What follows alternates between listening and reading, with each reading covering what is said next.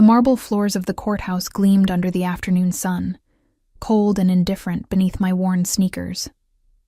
I pressed myself against the wall outside courtroom 4B, trying to become invisible among the crowd of lawyers in expensive suits and families caught in their own legal nightmares.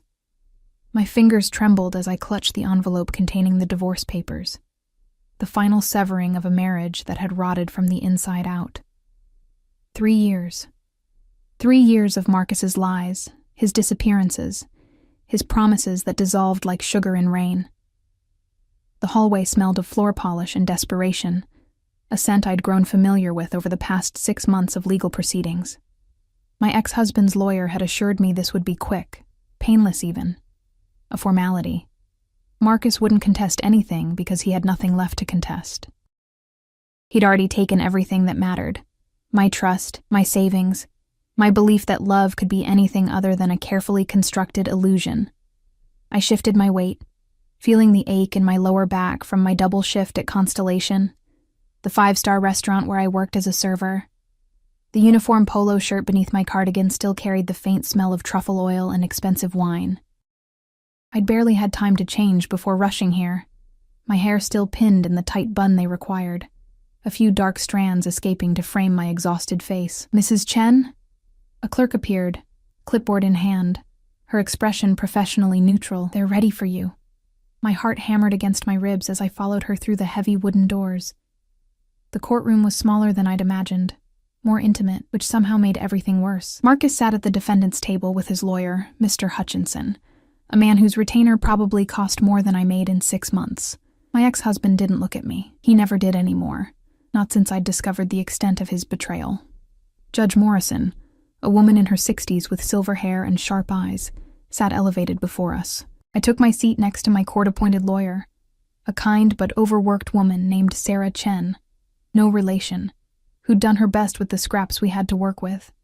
"We're here for the dissolution of marriage between Elena Rossi and Marcus Chen," Judge Morrison began, her voice carrying the weariness of someone who'd presided over too many broken promises.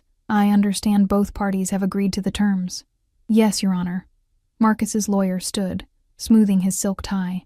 "My client is prepared to sign today. The division of assets has been settled, child custody arrangements finalized." "Actually, Your Honor," a voice interrupted from the back of the courtroom, "there's been a development." Every head turned. A woman stepped forward from the shadows near the door. Teresa, Marcus's housekeeper. Or rather, his mother's housekeeper. I'd met her only twice during my marriage, both times at the Santos family estate where Marcus's parents lived. She was a small woman in her late 50s, with iron gray hair pulled back severely and hands that showed decades of hard work. But it wasn't Teresa who made my breath catch. Behind her stood a man who seemed to draw all the air from the room. He moved with the fluid grace of a predator, each step deliberate and controlled. Tall, probably 6'3", with shoulders that filled out his charcoal suit in a way that suggested the expensive fabric had been tailored to perfection. His hair was dark, almost black, styled in that effortlessly elegant way that probably required more product and time than I spent on my entire appearance. But it was his face that arrested me. Sharp jawline shadowed with precisely groomed stubble, high cheekbones, and eyes the color of aged whiskey that seemed to assess and calculate everything in a single sweep. He couldn't have been more than 32, 33 at most.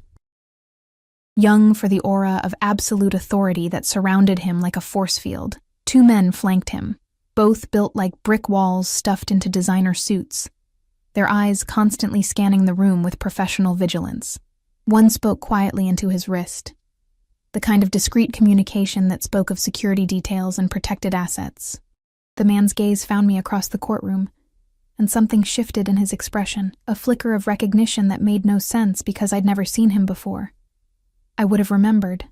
The intensity of his attention made my skin prickle with awareness, and something else, something that felt dangerously close to fear, or fascination. His cologne reached me even from 15 feet away, sandalwood and something darker, expensive and intoxicating. He wore a watch that probably cost more than my annual salary, the kind of understated luxury that whispered, rather than shouted wealth. "Your Honor," Teresa's voice shook slightly as she addressed the judge, but her spine remained straight. I have evidence that's relevant to these proceedings. Evidence of fraud and theft that Mr. Chen committed against Mr. Dante Caruso's family. Dante Caruso. The name ricocheted through the courtroom like a gunshot. I didn't recognize it, but clearly others did. Marcus had gone pale, his lawyer's hand shooting out to grip his client's arm. Judge Morrison's eyebrows rose nearly to her hairline. "This is highly irregular," Mr. Hutchinson sputtered. "Your Honor, this hearing is about a divorce, not criminal allegations." "The allegations directly impact the division of assets," Teresa interrupted, her courage seeming to grow with each word. She held up a USB drive. "Everything Mr. Chen acquired during his marriage, the car, the condo, the restaurant investment he claims is marital property, was purchased with money he embezzled from the Caruso family businesses." My stomach dropped.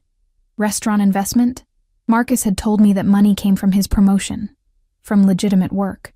I'd been so exhausted, so focused on just surviving each day, that I hadn't questioned it deeply enough. "Your Honor, I object strenuously," Mr. Hutchinson began. "I'll allow it," Judge Morrison said, her interest clearly piqued. "This court needs to establish legitimate assets before division. Bailiff, please set up the display." The next few minutes moved in slow motion. A screen descended. The bailiff inserted the USB drive. And then Teresa pressed play. The video quality was grainy, clearly from a security camera, but the images were damning. "Marcus, in the Caruso family's private office, I recognized the distinctive wood paneling Teresa had once pointed out to me. Transferring files to an external drive. Date stamps showed he'd been doing it for months. The timestamps corresponded to late nights when he'd told me he was working overtime. But it was the second video that made my hands go numb. Marcus, meeting with a man I didn't recognize in what looked like a warehouse. Money changing hands, documents being signed, and then, most devastating, Marcus laughing, actually laughing, as he showed his companion photographs on his phone, photographs of me, at the restaurant where I worked, unaware I was being watched. Coming out of our apartment, exhaustion evident in every line of my body. Even one of me sleeping, taken from beside our bed, my face peaceful in unconsciousness. "Insurance." Marcus's voice came through the speaker, tinny but clear. "If the Carusos figure it out, I'll say she was in on it. She signed the restaurant papers, didn't she? Her name's on the partnership agreement. They'll believe she helped me steal from them." The courtroom spun. My vision tunneled. I was the fall guy, the scapegoat, my signature on those papers. Papers Marcus had brought home late one night. Papers he'd said were just formalities for his promotion. Would make me appear complicit in whatever he'd stolen. "Your Honor." Teresa's voice seemed to come from very far away. "Mrs. Rossi had no knowledge of the theft. But her husband has been setting her up to take the blame if he was discovered.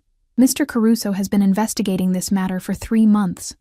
We only discovered Mrs. Rossi's innocence yesterday, when I finally found the courage to come forward with what I'd witnessed." Judge Morrison's face had hardened into granite. "Mr. Chen, you will remain seated. Bailiff, please ensure Mr. Chen doesn't leave this courtroom. I'm issuing a temporary hold on all assets pending investigation." But I couldn't hear the rest. The room tilted dangerously. Black spots danced across my vision.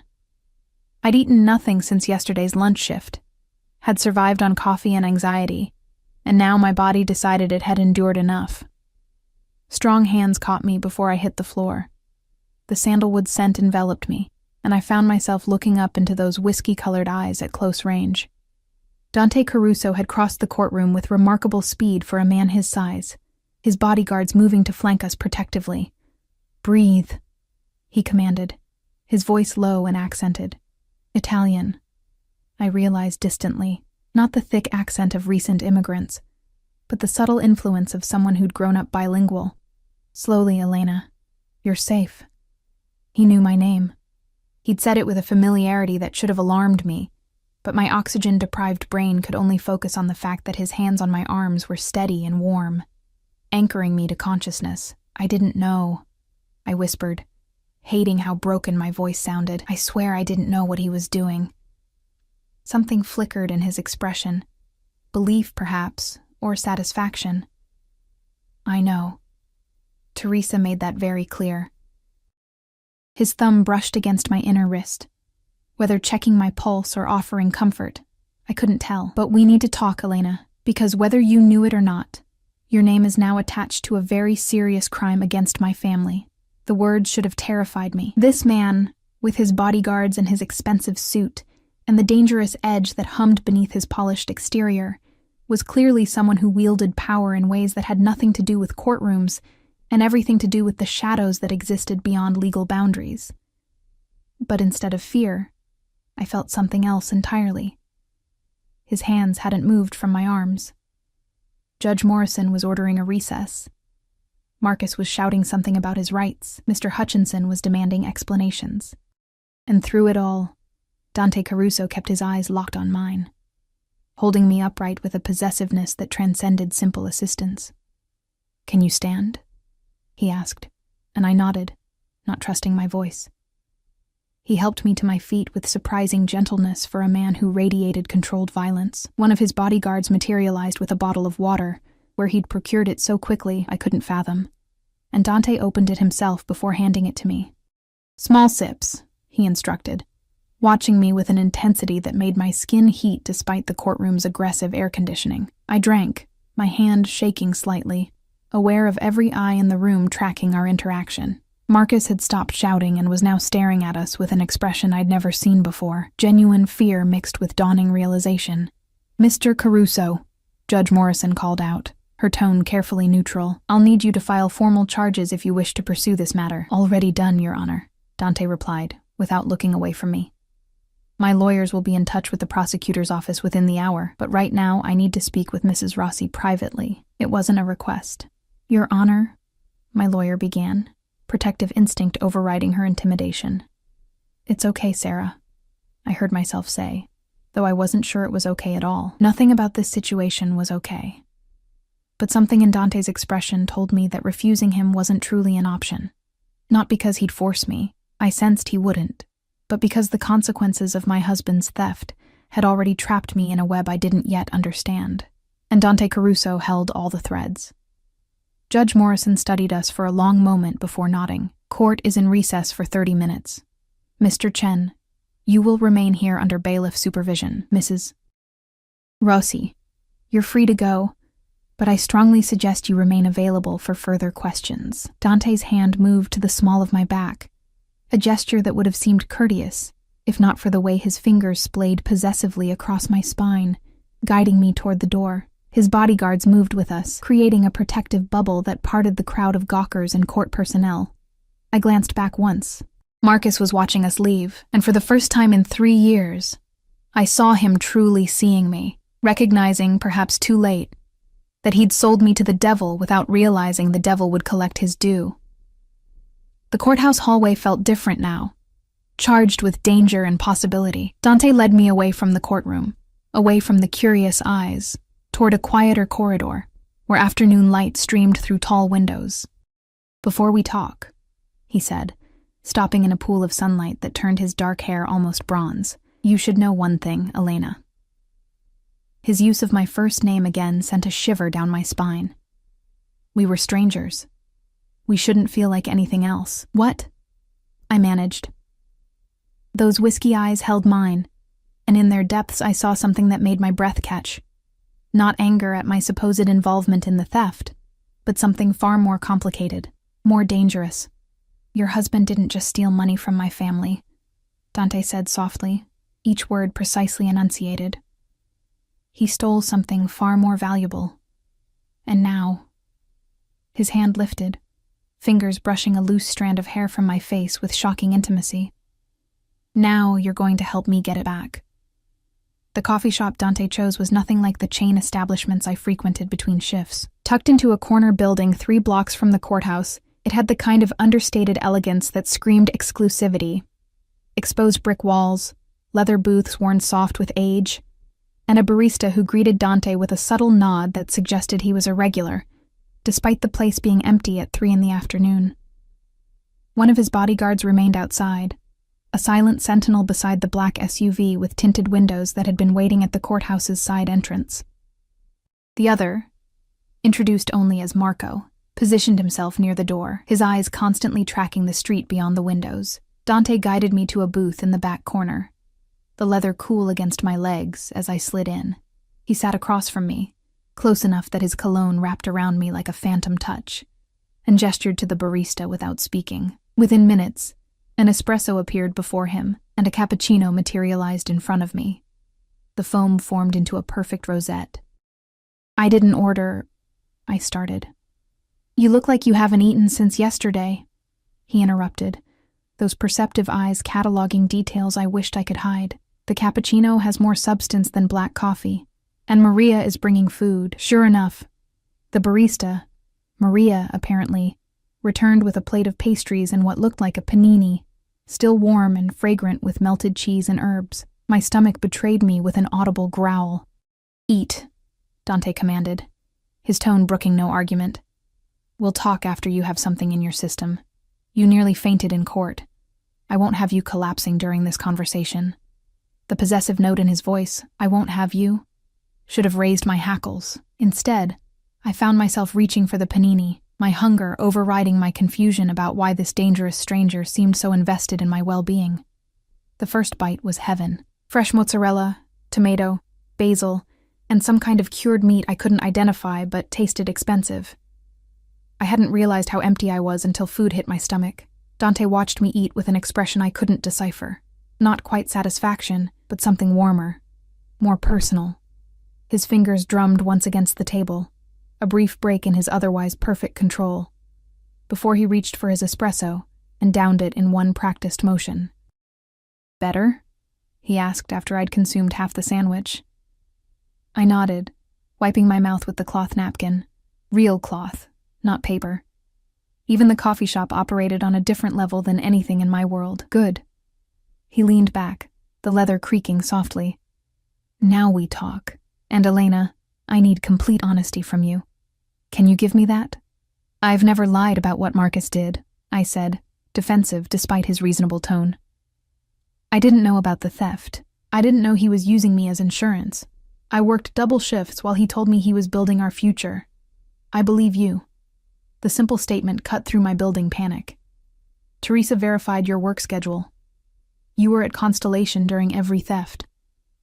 The restaurant owners confirmed you've been pulling 60-hour weeks for the past 8 months, trying to pay down debts your husband accumulated." The casual revelation that he'd investigated me so thoroughly should have felt invasive. It did feel invasive, but beneath the violation was something else. A strange relief that someone finally saw how hard I'd been struggling, how much I'd been drowning while Marcus played criminal mastermind. "Then what do you want from me?" I asked, my fingers twisting the napkin.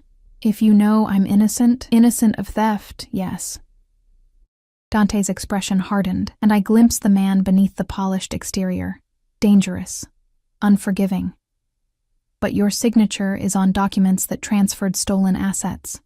Your name is attached to a restaurant partnership funded with money embezzled from my family's operations. Legally, you're complicit whether you knew it or not." The panini turned to lead in my stomach. "But I didn't." "I know." His hand moved across the table, covering mine before I could pull away.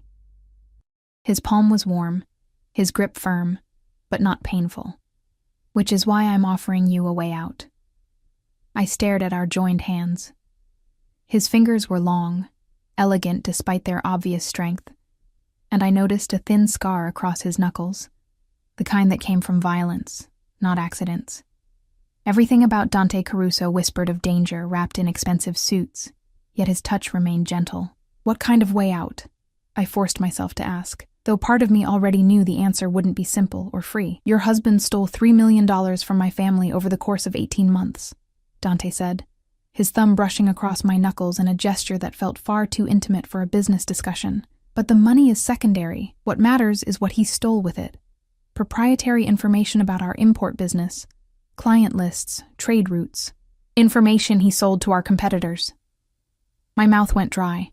Import business could mean anything, but the way Marco shifted position near the door, the careful neutrality in Dante's tone, suggested the Caruso family dealt in goods that existed in legal gray areas at best.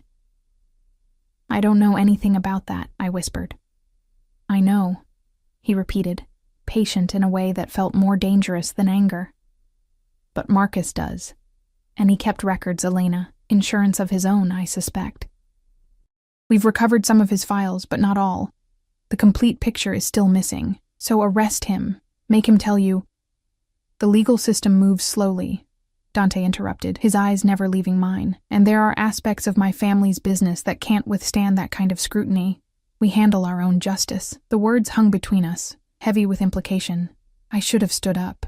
Should have walked away from this man who spoke so casually about operating outside the law, but his hand still held mine, and I was trapped. Not by force, but by the terrible understanding that I had nowhere else to go. What do you want me to do? The question emerged smaller than I intended. Dante's expression shifted, something almost like approval flickering across his features. Marcus kept a safe in your apartment. Teresa saw him accessing it multiple times but never discovered the combination. I need what's inside it. We're separated, I said, confused. He moved out 4 months ago. The apartment is mine now, but I've never seen a safe. It's hidden behind a false panel in the bedroom closet. Dante's knowledge of my living space sent chills down my spine. How thoroughly had he investigated me? The building has security cameras, and Marcus still visits occasionally when you're at work. He doesn't know we've been watching. The violation of privacy should have outraged me. Instead, I felt only exhaustion and a growing sense of inevitability. Marcus had turned my life into a crime scene, and now I was evidence to be collected and analyzed. If you've been watching, why haven't you just broken in and taken whatever you need? I asked, and Dante's lips curved in something that wasn't quite a smile, because the safe requires a code and possibly a fingerprint scanner. Forcing it open would destroy anything inside. And because... He paused, his grip on my hand tightening fractionally. Because I wanted to meet you first, to understand what kind of woman could survive 3 years married to a snake like Marcus Chen without becoming poisonous herself. The compliment, if it was a compliment, landed strangely. You don't know anything about me. I know you work yourself to exhaustion trying to pay debts you didn't create, Dante countered, his voice dropping lower, more intimate. I know you didn't run when you discovered Marcus's betrayal. You fought for a legal divorce. Tried to do things the right way, even though it cost you everything. I know you're stronger than you believe. Heat crept up my neck. No one had spoken to me like this in years. Like I was something valuable, worth protecting. Marcus had ground down my self-worth so gradually I hadn't noticed its erosion until I was standing in quicksand. Here's what I'm offering, Dante continued, finally releasing my hand, though I could still feel the ghost of his warmth. You help me access that safe. Give me everything inside. In return, I'll ensure the legal charges against you disappear. I'll provide you with enough money to start over. New apartment, paid off debts, 6 months living expenses minimum. It was too generous, too easy. What's the catch? I asked. The catch, Dante said, his eyes glittering with something I couldn't name, is that until this situation is resolved, you stay under my protection. Marcus knows you can access that safe. Once he realizes we've made contact, he'll come for you. Either to use you as leverage against me or to eliminate the evidence of his involvement. I won't let either happen. Protection, I repeated slowly. Meaning what? Exactly. Meaning you move into one of my properties. Meaning Marco or someone from my security team accompanies you everywhere. Meaning you don't make a move without my knowledge. He leaned forward, eliminating the space between us until I could count the gold flecks in his irises. Meaning you become mine to protect, Elena. Completely. The possessiveness in his tone should have sent me running. This man was a stranger, a criminal probably, someone who lived in a world of violence and shadows I'd only glimpsed in movies. But I had no money. No home I could afford without the settlement I'd been counting on, a settlement that had just evaporated in the wake of Marcus's theft. No family to turn to. My parents had died in a car accident 6 years ago, and I'd been so isolated during my marriage that friendships had withered to nothing. I had nothing except the clothes on my back and the terrible knowledge that Marcus had turned me into a target. How long? I asked, my voice barely audible. However long it takes to retrieve what Marcus stole and neutralize the threat he poses. Dante's hand moved to my face, cupping my jaw with shocking tenderness. Days. Weeks. I'll move as quickly as possible. But Elena, I need you to understand. Once you agree to this, you're under my protection.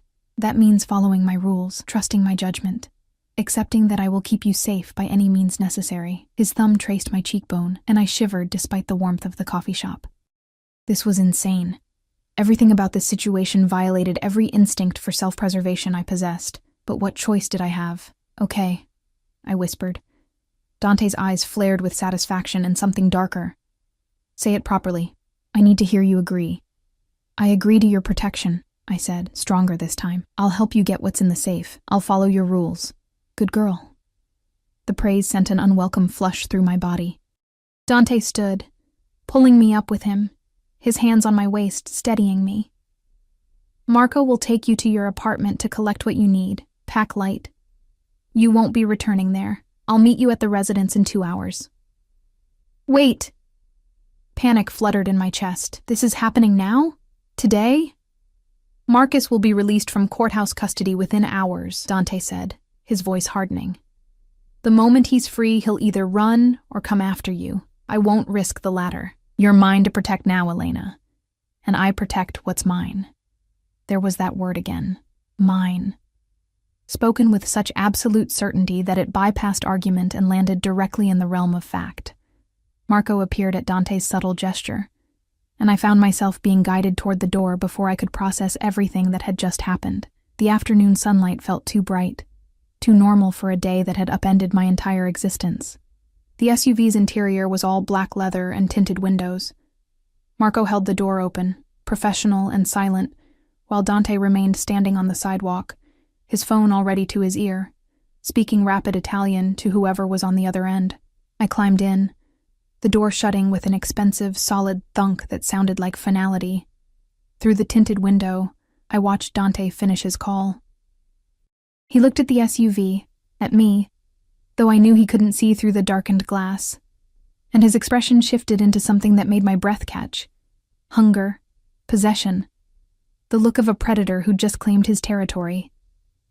Then Marco was in the driver's seat, the engine purred to life, and we pulled away from the curb. I twisted in my seat, watching Dante recede into the distance, and realized with absolute certainty that I'd just made a deal with someone far more dangerous than my ex-husband could ever hope to be. The question wasn't whether I'd regret it. The question was how completely Dante Caruso intended to own me before this was over.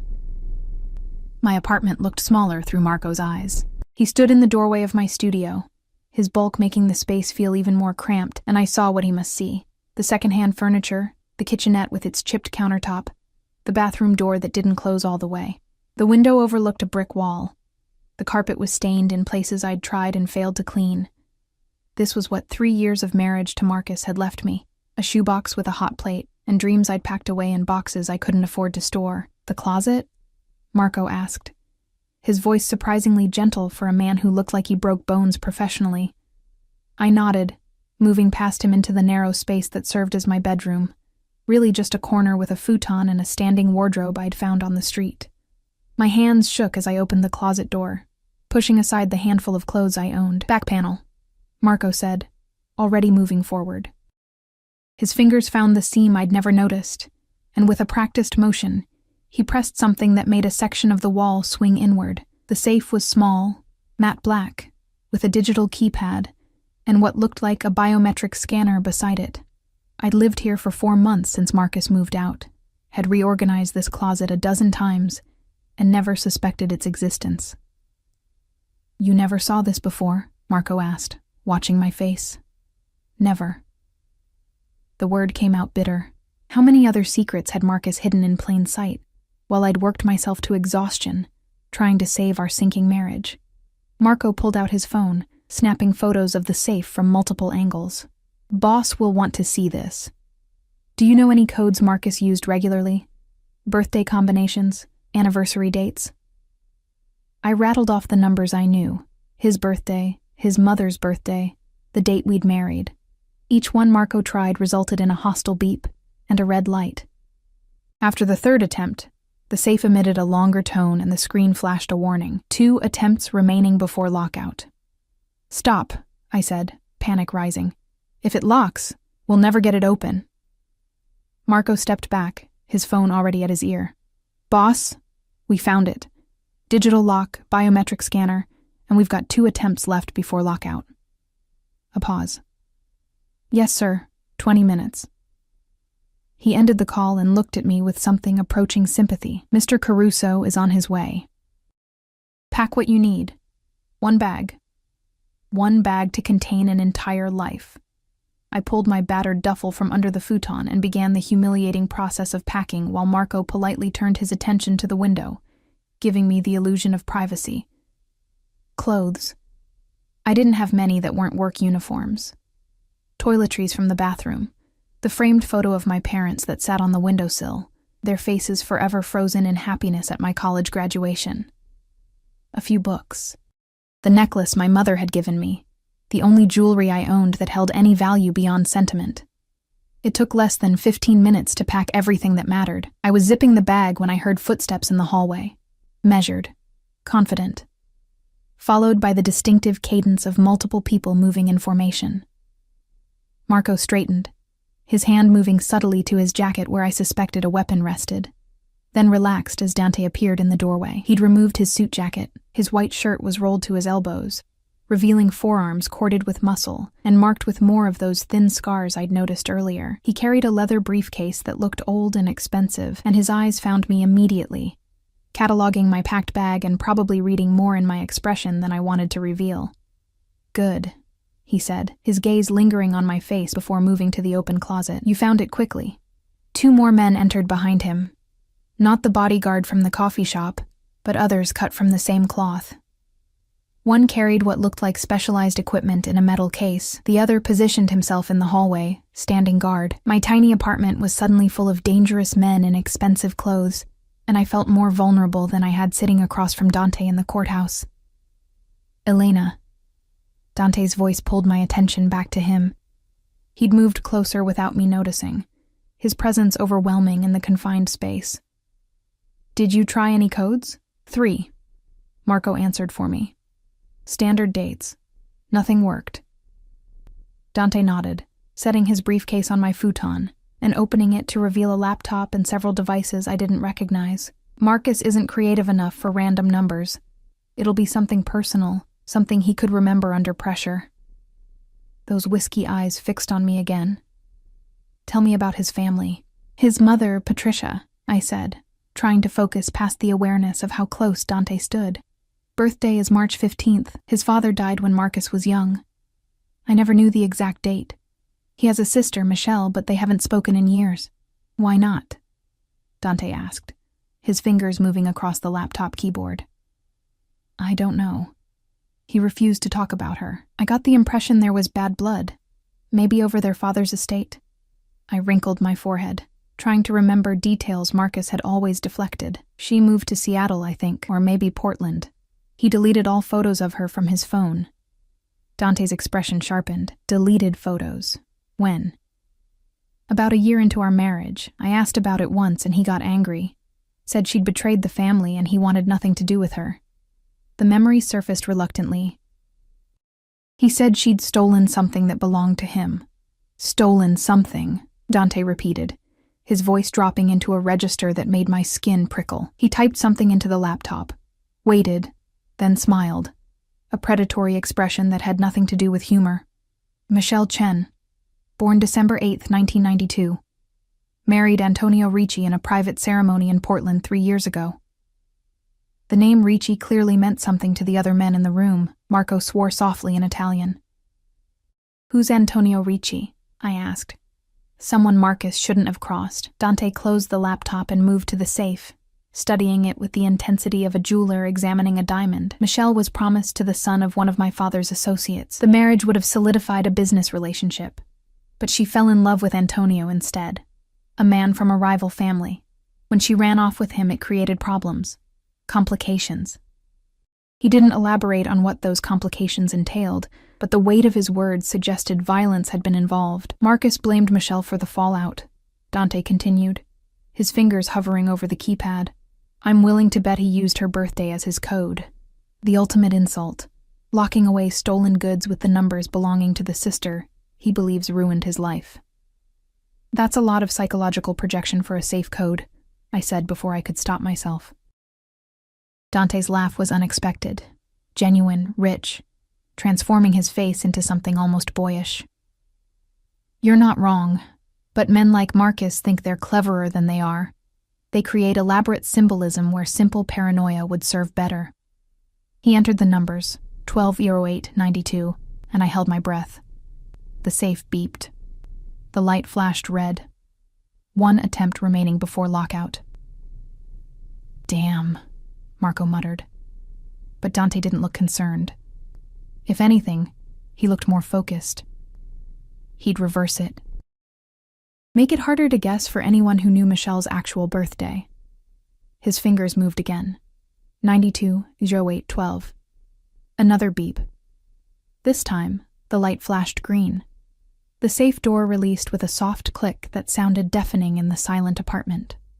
Dante pulled it open, revealing stacks of documents, several USB drives, and a handgun I recognized as Marcus's, the one he'd bought illegally 2 years ago and I'd begged him to get rid of.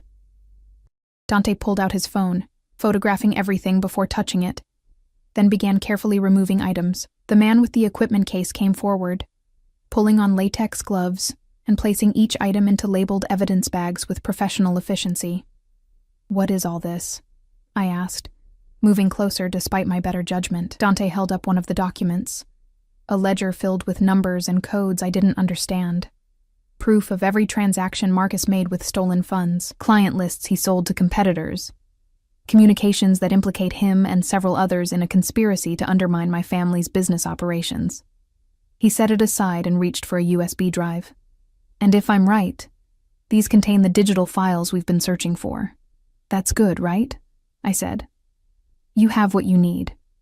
You can let the police handle Marcus." "No police." Dante's voice was flat. Absolute. "This information goes nowhere near law enforcement. Too many of these documents implicate people who can't afford that kind of scrutiny, including members of my own organization." The casual admission that his organization operated outside legal bounds shouldn't have surprised me, but hearing it stated so plainly made everything real in a way it hadn't been before. I was standing in my apartment watching a crime boss collect evidence of crimes, protected by armed men who answered to him rather than any badge or authority I recognized. "What happens to Marcus?" The question emerged shakier than I intended. Dante finished photographing the safe's contents and straightened, his full attention returning to me. The intensity of his focus made me want to step back, but there was nowhere to go in the cramped space. "Marcus will answer for what he's stolen," Dante said, moving closer until I could feel the heat radiating from his body. "But that's not your concern anymore. Your concern is staying safe while I clean up the mess he created." "I didn't ask to be protected," I said, defiance sparking despite my fear. "I didn't ask for any of this, no." His hand came up, fingers curling under my chin and tilting my face up to meet his eyes. "You didn't. You asked for a simple divorce from a mediocre man who wasn't worth 5 minutes of your time. Instead, you got dragged into my world. And Elena, I'm sorry for that. Truly." The apology sounded genuine, which somehow made everything worse. This would be easier if he were simply a monster, a villain from a movie. But Dante Caruso held my face with surprising gentleness while his men cataloged evidence of serious crimes, and his eyes reflected something that looked unsettlingly like regret, mixed with hunger. "But you're in my world now," he continued, his thumb brushing my lower lip in a gesture that sent electricity down my spine. "And in my world, I protect what's mine, whether you asked for it or not." A phone rang, shattering the moment. Marco answered, listened, then his expression hardened. "Boss, Marcus made bail 10 minutes ago. He had a car waiting. We lost him in traffic near the courthouse." The change in Dante was instantaneous. His hand dropped from my face as he spun toward Marco, his entire body coiling with controlled violence. "How did you lose him?" "Professional driver, knew the escape routes." "We think someone tipped him off," Marco began, but Dante was already moving, pulling his phone out and barking orders in rapid Italian. Within seconds, the apartment transformed into organized chaos. The man bagging evidence worked faster. Another bodyguard appeared in the doorway, reporting something about units converging and setting up perimeter. Dante returned his attention to me, and the man who touched my face with tenderness was gone. In his place was someone colder, more calculating. We're leaving. Now. But Marcus knows we've found the safe by now.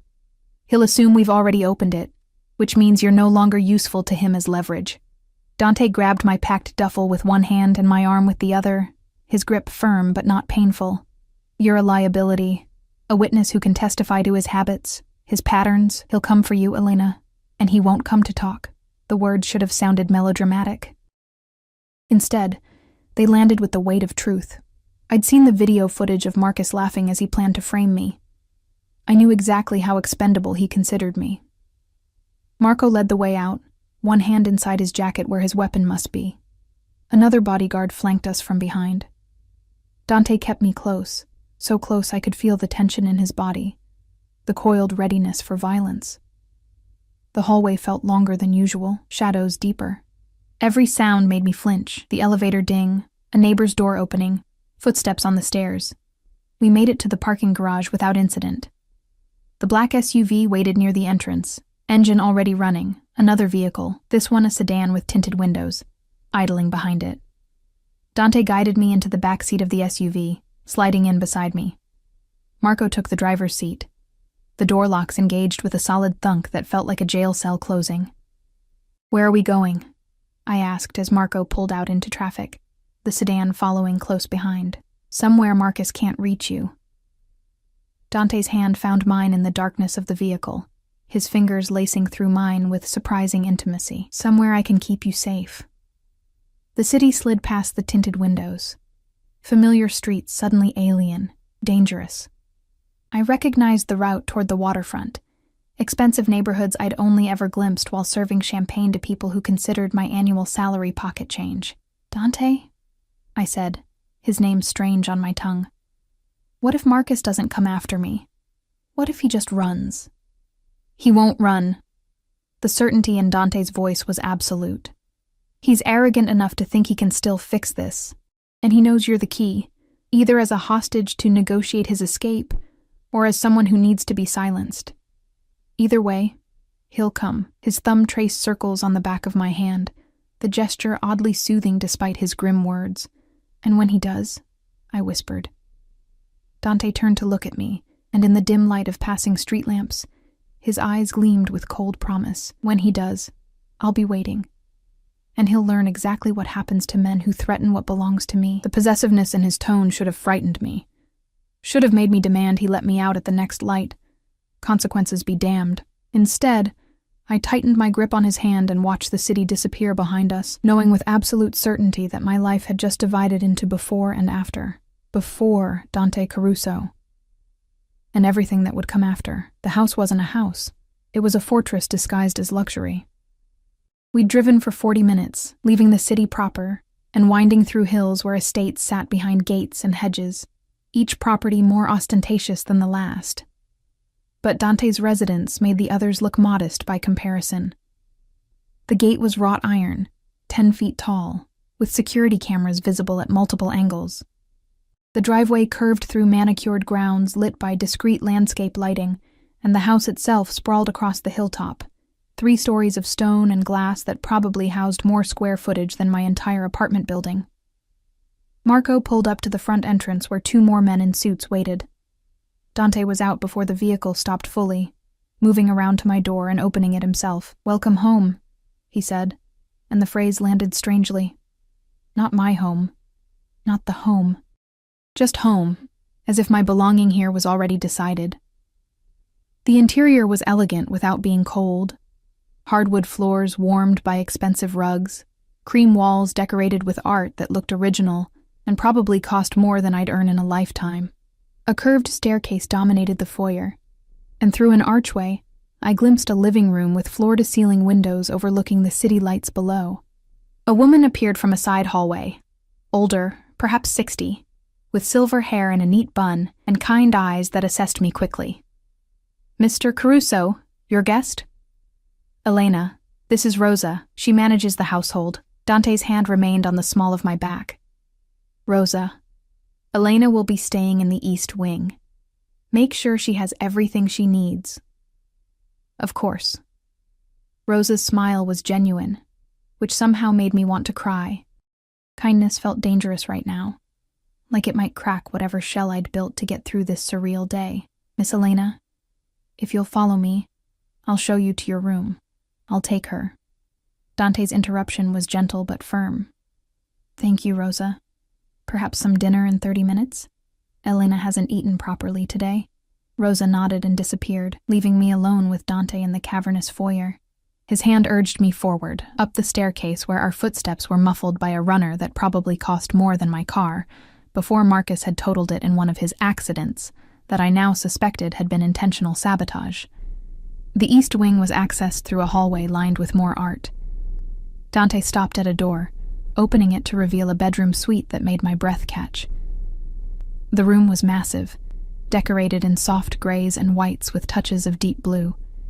A king-sized bed dominated one wall, covered in linens that looked like they'd feel like clouds. French doors opened onto a private balcony overlooking the grounds. There was a sitting area with a couch and armchair, a desk by the window, and 2 other doors that I assumed led to a closet and bathroom. The bathroom is through there, Dante confirmed, reading my gaze. Rosa stocked it this afternoon with essentials, but if you need anything specific, just ask. The closet has some clothes. I had my assistant purchase a selection based on your size from your work records. If they don't fit or aren't to your taste, we'll get others. I turned to stare at him. You bought me clothes? This afternoon? I make decisions quickly once I commit to a course of action. He set my duffel on the bench at the foot of the bed, then moved to the French doors, checking the lock with practiced efficiency before pulling the curtains closed. The room is secure. Windows are bulletproof glass. There are panic buttons, one by the bed, one in the bathroom, one by the door. Press any of them and my security team will be here in under 30 seconds. Bulletproof glass, I repeated faintly. Dante turned back to me, and something in my expression must have concerned him, because he closed the distance between us quickly. Elena, look at me. I did, though it took effort. Those whiskey eyes studied me with unsettling intensity. I know this is overwhelming, he said, his voice dropping to that low register that seemed to bypass my brain and speak directly to something more primitive. You went from a divorce hearing to discovering your ex-husband's crimes to being under my protection, all in a matter of hours. Anyone would be in shock. I'm not in shock, I said, though the words sounded unconvincing even to my own ears. I'm just processing, then process. His hands came up to frame my face, thumbs brushing my cheekbones. Take a long bath. Eat dinner. Rest. Tomorrow we'll develop a plan for dealing with Marcus and getting you untangled from his mess. But tonight, you're safe. That's all you need to focus on. The tenderness in his touch contradicted everything I knew about dangerous men. Dante Caruso should be cold, calculating, treating me like a useful asset and nothing more. Instead, he held my face like I was something precious, breakable, worth protecting beyond the simple equation of what I could provide him. Why are you being so kind to me? The question escaped before I could stop it. You don't know me. I'm just a complication in your investigation. You're not just anything. The interruption was fierce, his grip tightening fractionally. Marcus made you a victim. He used you, set you up, stole your future while you worked yourself to exhaustion trying to build something real. That's not a complication, Elena. That's an injustice. And I don't tolerate injustice. But you're a criminal, I said, the words emerging softer than I intended. You just admitted you operate outside the law. How can you talk about justice? His smile was sharp, edged with something dark. The law and justice aren't the same thing. You should know that better than anyone after sitting in that courtroom today, watching your ex-husband try to hide behind legal technicalities while planning to destroy you. He wasn't wrong. The legal system had offered me nothing except the revelation that Marcus had turned my signature into a weapon against me. Come, Dante said, releasing my face and taking my hand instead. Let me show you something. He led me to the balcony doors, pulling the curtains back open and unlocking the French doors. Cool evening air rushed in as we stepped outside. The balcony was generous, furnished with comfortable chairs and a small table, but it was the view that stole my breath. The city sprawled below us, a carpet of light stretching to the dark line of the ocean in the distance. From this height, Everything looked clean, orderly, beautiful. The violence and desperation and grinding poverty that I knew existed down there was invisible, transformed into something almost magical by distance and darkness. Beautiful, isn't it? Dante stood behind me, close enough that I could feel his presence like heat against my back. From up here, you can't see the corruption, can't see the people suffering while others profit from their misery. It all looks peaceful. But it's an illusion, I said. Yes.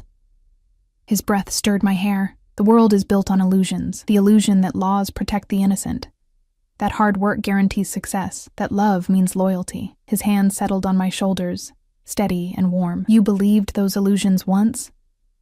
Marcus taught you differently, I had believed. Had worked myself bloody trying to save a marriage that was already corpse-rotten.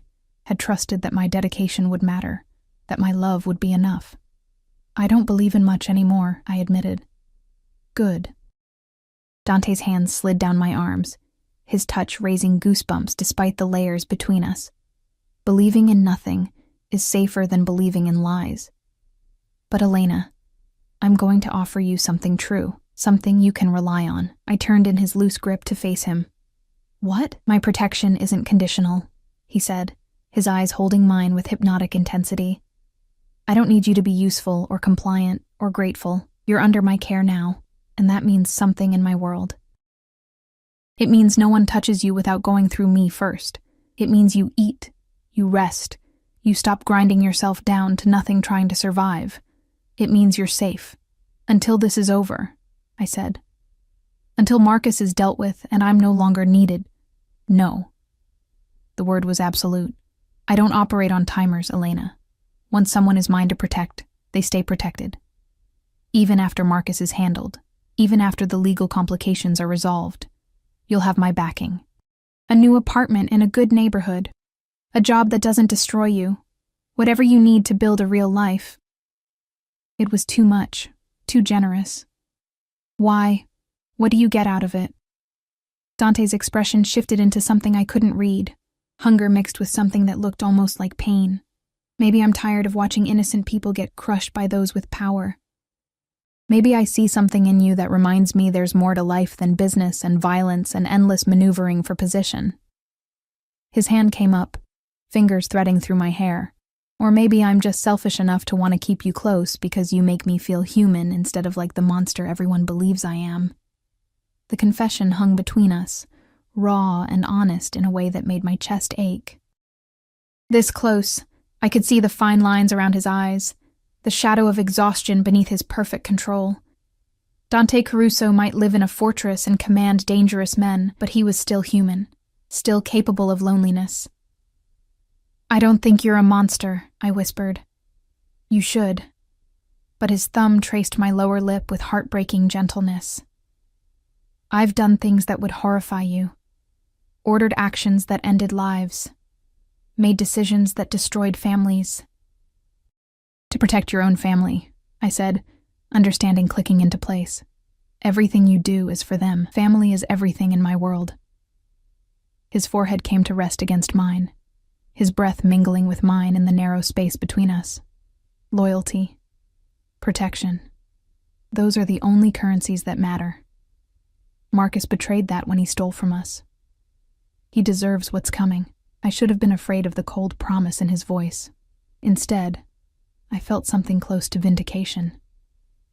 Marcus had betrayed me too, had used me, framed me, planned to destroy me without hesitation. What will you do to him? I asked. Do you really want to know? Dante's question was serious, giving me a chance to step back from knowledge that couldn't be unknown. I thought about it. About Marcus laughing in that video. About the divorce papers that would never be finalized because his crimes had invalidated everything. About 3 years of my life spent loving someone who'd seen me only as a useful tool. Yes, I said. Dante pulled back slightly, studying my face. Whatever he saw there satisfied him. He'll disappear. Quietly. His assets will be seized to repay what he stole, with the remainder going to his mother. She's innocent in this. His business partners will receive a message about the consequences of betraying my family, and you'll receive the divorce you wanted. filed through channels that ensure no legal blowback touches you. You'll kill him.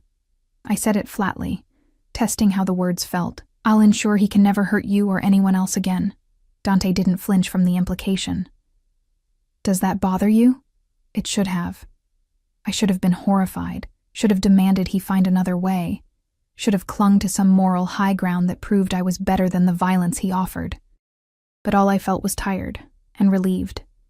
No, I said honestly. It doesn't bother me.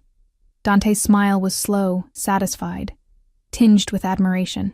You're stronger than you know, Elena Rossi. A knock at the door interrupted whatever might have happened next. Rosa's voice called through the wood. Mr. Caruso, dinner is ready. We'll be right there, Dante called back, though his eyes never left mine. Are you hungry? I nodded, realizing I was. The panini from the coffee shop felt like days ago instead of hours. Then let's eat. He took my hand again, that gesture that was becoming familiar, and led me back inside. Tomorrow we'll deal with Marcus. Tonight you rest and regain your strength. You're going to need it. The dining room was elegant, but surprisingly intimate. A table that could seat 12 set for 2 at one end, candles providing soft light that competed with the chandelier overhead. Rosa had outdone herself. Pasta with seafood, fresh bread, salad with vegetables that looked like they'd been harvested that day, and wine that probably cost more than my monthly rent. Dante held out a chair for me before taking the seat adjacent, rather than across, close enough to talk without shouting, close enough that I remained hyper-aware of his presence. Tell me about yourself, he said, after Rosa had served and disappeared. Not about Marcus, about you. Who were you before he took up all the space in your life? The question caught me off guard. No one had asked about me, just me, separate from my failed marriage. In so long I'd almost forgotten there was a me to discuss. I wanted to be a writer, I said slowly, the admission feeling like excavating buried treasure. In college I studied literature, had dreams of publishing novels, telling stories that mattered. What changed? Dante's attention was complete, focused in a way that made me feel like the only person in the world. Life changed. My parents died right after graduation. Medical bills, funeral costs, suddenly being alone in the world. I took the job at Constellation to pay bills, telling myself it was temporary. Then I met Marcus at a work event. He seemed stable, successful, like someone who had life figured out. I thought. I trailed off, embarrassed by my own naivety. You thought he'd be a partner, Dante finished. Someone to build a life with while you pursued your dreams. Instead, he became another weight to carry. I took a sip of wine, letting the complex flavors ground me. I stopped writing, stopped reading for pleasure, just worked and tried to keep us afloat while he spent money we didn't have on schemes that never worked. Until apparently they did work, just criminally. Dante's hand found mine on the table. After this is resolved, you'll write again. I'll make sure you have the time and space for it. You can't just wave a wand and fix my life, I protested, though the offer made something in my chest warm dangerously. Watch me. His smile was confident, tinged with arrogance that should have annoyed me, but somehow didn't. I'm very good at getting what I want, Elena. And what I want is to see you become who you were meant to be, not Marcus's victim, not a woman ground down by circumstance. But Elena Rossi, writer, survivor, someone strong enough to sit in my dining room and admit she doesn't mourn the man who tried to destroy her. The accuracy of his observation stole my breath. He saw me, really saw me, in a way Marcus never had despite 3 years of marriage. Why do you care? I asked again, needing to understand. Dante was quiet for a long moment, his thumb tracing patterns on my hand. My mother died when I was 16, he finally said. Cancer. It was brutal, watching her fade while my father threw money at treatments that did nothing except prolong her suffering. In the end, she made me promise something. He paused, and I waited, sensing this story mattered. She made me promise that if I ever had the power to protect innocent people from suffering they didn't deserve, I would. That I wouldn't become so consumed by the family business that I forgot what it meant to be human. His eyes met mine, vulnerable in a way I suspected few people ever saw. You remind me of that promise, Elena. You're suffering you didn't earn, caught in violence you didn't create.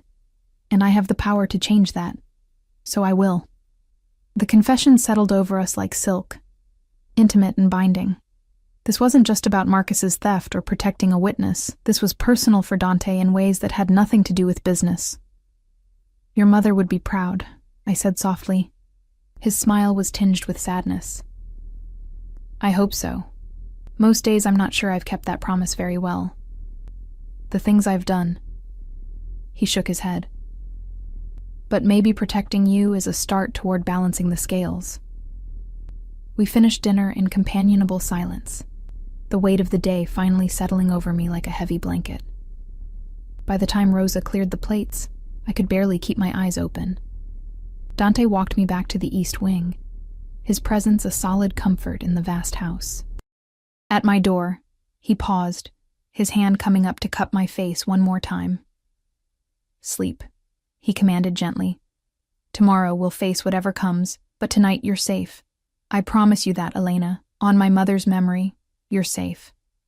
The vow was sacred to him. I could hear it in his voice, see it in his eyes, and despite everything, I believed him. I entered my room, closed the door, and leaned against it, my heart pounding. Through the wood, I heard his footsteps retreat down the hallway, steady and sure. I was in a crime boss's fortress, protected by dangerous men, tangled in a web of theft and violence that could destroy what was left of my life. But for the first time in years, I felt something other than despair. I felt hope. Morning came too quickly, sunlight streaming through gaps in the curtains I'd forgotten to close completely. For a moment, I didn't remember where I was. The bed was too soft, the room too quiet, the air smelling of lavender instead of the mildew that plagued my old apartment. Then reality crashed back. Marcus. The safe. Dante. I sat up, finding a note on the nightstand written in elegant script. Breakfast downstairs when you're ready. Take your time. D. The bathroom was a revelation. Marble and glass. A shower with multiple heads. Toiletries that were definitely not drugstore brands. I stood under water hot enough to scald, washing away the previous day until my skin was pink, and my muscles finally loosened. The closet held clothes as promised. Jeans that actually fit. Soft sweaters. Even underwear in my exact size, which should have felt invasive, but somehow just felt considerate. I dressed in dark jeans and a cream sweater, braiding my damp hair over one shoulder, and ventured downstairs. Voices led me to a sunlit breakfast room overlooking the gardens. Dante sat at the head of a smaller table, wearing dark slacks and a white shirt rolled to his elbows, reading something on a tablet. Marco stood near the window, coffee in hand, speaking quietly into his phone. Dante looked up as I entered, and his expression transformed, the hard edges softening into something warmer. Good morning. How did you sleep? Better than I have in months, I admitted, taking the seat beside him that seemed to be set for me. Rosa appeared immediately with coffee and a plate of fresh pastries, fruit, and what looked like a frittata. Good. Dante set aside his tablet, giving me his full attention. We have developments. Marco? Marco ended his call and approached the table. Marcus contacted his lawyer an hour ago from a burner phone. He's demanding the divorce proceedings continue, claiming you have property that belongs to him. He wants the safe's contents returned. He knows we have them, I said, my stomach nodding. Yes, which means he's desperate. Dante's fingers drummed once against the table. Desperate men make mistakes. We're using that. How? I forced myself to eat, knowing I'd need strength for whatever came next. We're going to give Marcus what he wants, Dante said, his voice carrying the calm of absolute certainty. A meeting. Neutral ground. He'll come thinking he can negotiate, maybe even eliminate you as a witness. Instead, he'll walk into a situation he can't escape. The casual discussion of using me as bait should have terrified me. Instead, I felt oddly calm. When? Tonight. There's an abandoned warehouse near the docks. My family owns it, controls the surrounding area. Marcus will feel safe meeting there, because it's public enough that he'll think I won't make a move. He's wrong. Dante's hand found mine. You'll be protected every second. Multiple security teams, all armed. He won't get within 10 feet of you. What about afterward? I asked. Even if you handle Marcus, what about his associates, the people he sold your information to? Already being addressed, Dante's smile was sharp. My father's organization is vast, Elena. We have people in positions Marcus can't imagine. His buyers are being contacted, reminded of the consequences of purchasing stolen goods. Most will return what they bought and sever ties. The ones who don't. He shrugged. They'll receive stronger encouragement. Marco's phone buzzed. He read the message and nodded. Lawyer confirmed the meeting, 8 p.m. Marcus is bringing 2 men, probably hired muscle since he burned all his real connections. Amateurs, Dante said dismissively. Probably found them through classified ads. They won't be a problem. The conversation continued, tactics and contingencies discussed with military precision. I ate mechanically, processing the reality that tonight would end with Marcus either dead or disappeared, and I felt nothing but acceptance. Hours passed in strange suspension. Dante worked from his home office, insisting I stay close. I curled up on the leather couch with a book from his extensive library, though I mostly just watched him, the way he commanded respect through phone calls, how his expressions shifted between cold authority and unexpected warmth when his eyes found me. Around 6 p.m. he closed his laptop. It's time to prepare. Rosa had laid out clothes in my room. Dark jeans, a black sweater, comfortable boots. Practical clothes for whatever tonight held. I dressed slowly, my hands steady, despite the surreal nature of preparing for a confrontation with my ex-husband that would end in his elimination. Dante appeared in my doorway, also dressed in black, looking dangerous and beautiful in equal measure. Are you ready? I think so. I turned to face him. Dante, after tonight, what happens to me? He crossed the room in 3 strides, his hands framing my face with that tenderness that always caught me off guard. After tonight, you're free. Truly free. The apartment I mentioned, it's already prepared. A 2-bedroom in a good neighborhood. Fully furnished. I've arranged a position at a private library, cataloging rare books. Part-time, good pay, which will give you space to write. Everything you need to start over. Tears pricked my eyes. Why are you doing all this? Because you deserve it. His thumbs brushed away the moisture gathering on my lashes, because watching you survive despite everything Marcus did to destroy you is the most remarkable thing I've witnessed in years. Because... He paused, something vulnerable flickering across his face. Because in another life, I'd ask you to stay here, with me. But you've been trapped enough. You deserve freedom, not another cage. The confession stole my breath. What if I don't want complete freedom? What if I want... I couldn't finish. Couldn't articulate the dangerous attachment I'd developed to this man who protected me with lethal efficiency, while treating me like something precious. Don't decide now, Dante said, though his eyes blazed with barely controlled hunger. Tonight, we end Marcus's threat. Tomorrow, you have space to figure out who you are without fear or obligation. Then, if you still want to explore what this is between us... His forehead rested against mine. I'll be here, waiting, hoping. A knock interrupted. Marco's voice. Boss, it's time. The drive to the warehouse was tense, 3 vehicles moving in formation through darkening streets. Dante held my hand the entire way, his grip steady and grounding. We arrived at an industrial area near the water, buildings dark and silent, except for the warehouse that glowed with strategically placed lights. Inside was sparse, concrete floors, metal beams, shadows that could hide an army. Dante's security teams were already positioned, invisible to casual observation, but ready. He led me to a spot near the center, behind a partial wall that offered cover. You stay here, he commanded. Marco and 2 others will be with you at all times. Marcus won't even see you until I allow it. Be careful, I said, the words inadequate for what I felt.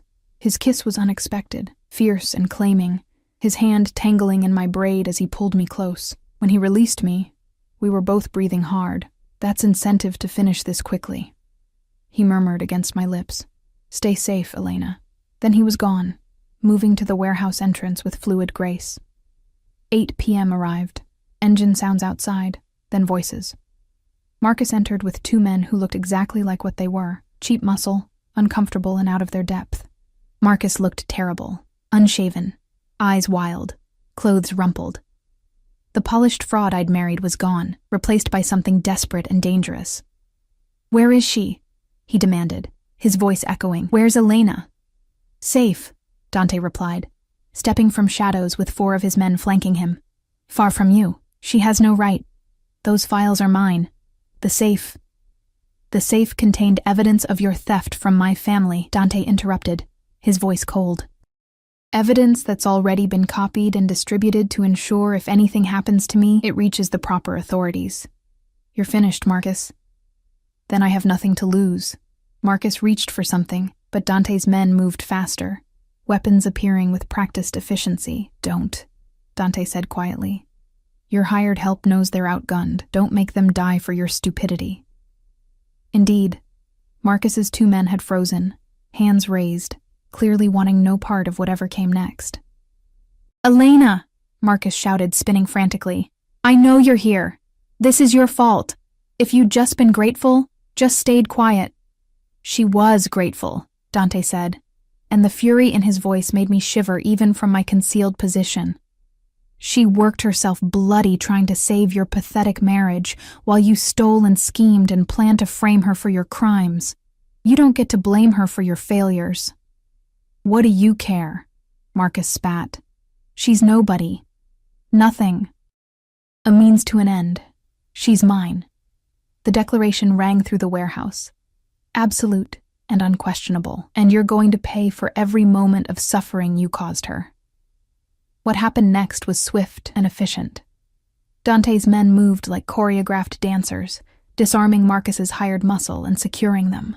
Marcus tried to run, but there was nowhere to go. Within minutes, he was on his knees, Dante standing over him with cold judgment. "You have 2 choices," Dante said. "Cooperate completely. Return every file, every piece of information you sold, provide names and details, and you'll disappear.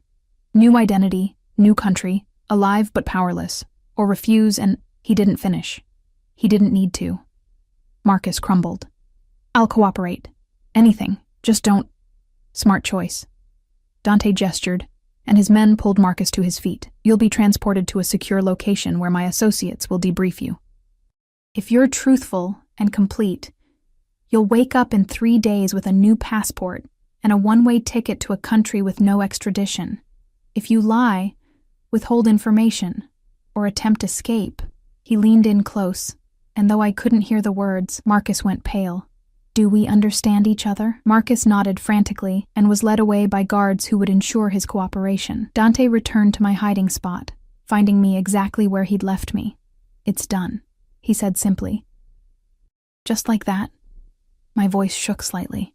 "Just like that." He pulled me against him, and I felt the tension leaving his body now that the threat was neutralized. "He'll be gone by morning. You'll never see him again. The divorce will be finalized within 2 weeks, through a judge who owes my family favors. You're free, Elena."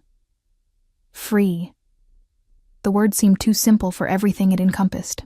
We returned to the fortress. Home, I corrected myself, in silence, heavy with unspoken words. In the foyer, Dante paused.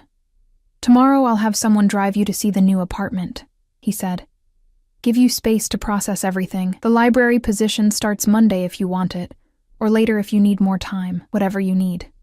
He was offering me freedom, real freedom, everything I should want. What if what I need is here? The words escaped before courage failed. What if I don't want space and distance? What if I want to understand what this is between us? Dante's eyes blazed. "Elena." "I'm not traumatized or confused," I interrupted. "I know the difference between gratitude and something real, and this—" I gestured between us, "feels real. Terrifying and complicated and probably inadvisable, but real." His hands framed my face, thumbs tracing my cheekbones. "If you stay, it won't be as a guest or someone under protection. You'd be choosing me." My world. All the darkness that comes with it. I've lived in darkness, I said. Marcus is kind. The petty, cruel darkness of small men. Your darkness is different. It has purpose. Honor. You protect what's yours.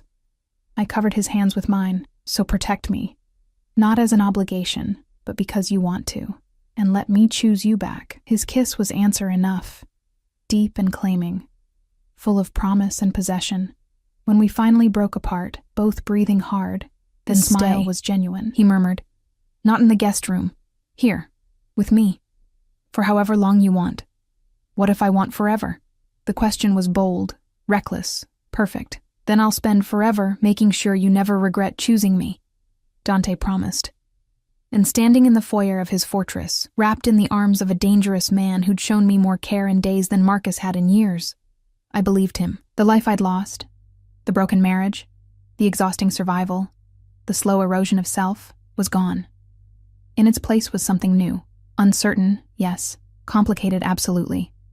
But mine. Finally, completely mine. And I chose it. I chose him.